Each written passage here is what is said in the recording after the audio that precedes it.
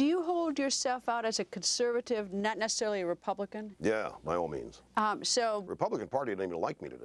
All right, well, I was going to ask you about the Republican Party. Why aren't they going to like you?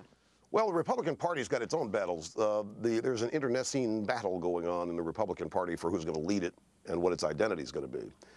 And the friction in the Republican Party is all about social issues or abortion.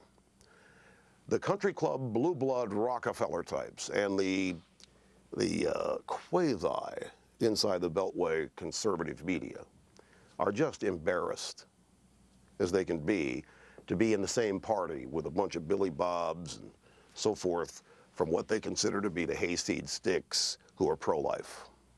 Just bugs them to death. I've been encountered by them at parties. I've had some of these blue bloods come up to me and poke me in the chest. What are you going to do about the Christians? I said, what do you mean, what am I going to do with the Christians? They're destroying our party. This abortion stuff, we're never going to get the women. It's killing us. We got to get it. They're just embarrassed to go to the convention with them and so forth. I said, well, there are 24 million votes. And if you want to let the Democrats have them, you're never going to win a thing. They also don't like conservatives. The New York, Boston, Washington corridor axis of the Republican Party does not like conservatives. They didn't really like Reagan. They tolerated Reagan. They thought Reagan was a dunce, too. They like the whole D.C. Beltway mentality of elitism and sharing power and all being on the same team. We're just in different parties and we'll trade positions now and then as to who wins. But they're not really ideological. The conservative wing of the Republican Party is the only time when it's nominated that the Republican Party has been victorious. And I, of course, am not an elite. I'm not a country club blue blood Rockefeller type. I'm considered unsophisticated and you know, sort of, we don't want Limbaugh. We don't want to be associated with Limbaugh, that radicalness and so forth. So Republican Party is going through these battles right now, and you know, Palin's out there exciting people, and so people are starting to talk about third party. And I'll tell you how bad the Republican Party, the trouble it's in.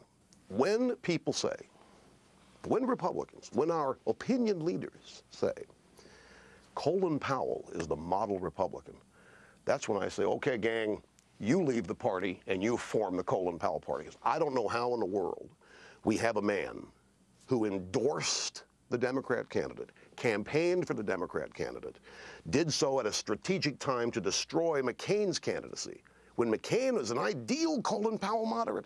How can it be that a guy who went all the way in the bank for the Democrat candidate is the ideal Republican?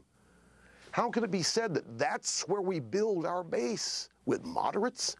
Show me the book in the library, Great Moderates in American History. There isn't one. Moderates, by definition, don't have an opinion until they decide where the consensus is, the majority is, and go with it. So if the future of the Republican Party is that, that's where there's bubbling talk of a third party. And I'm not. Let Colin Powell and whoever else thinks he's the pièce de résistance, let them leave the Republican Party, form their own third party. Right now, I don't know what Colin Powell stands for. I don't know what Obama's doing he agrees with or disagrees with. Well, he did hint he doesn't like all the spending. But then last December, he said the American people want higher taxes and bigger government. That's not republicanism. Next, Rush says that someone is terrified of Governor Sarah Palin and trying to destroy her. But does Rush think the soon-to-be ex-Alaska governor is a quitter?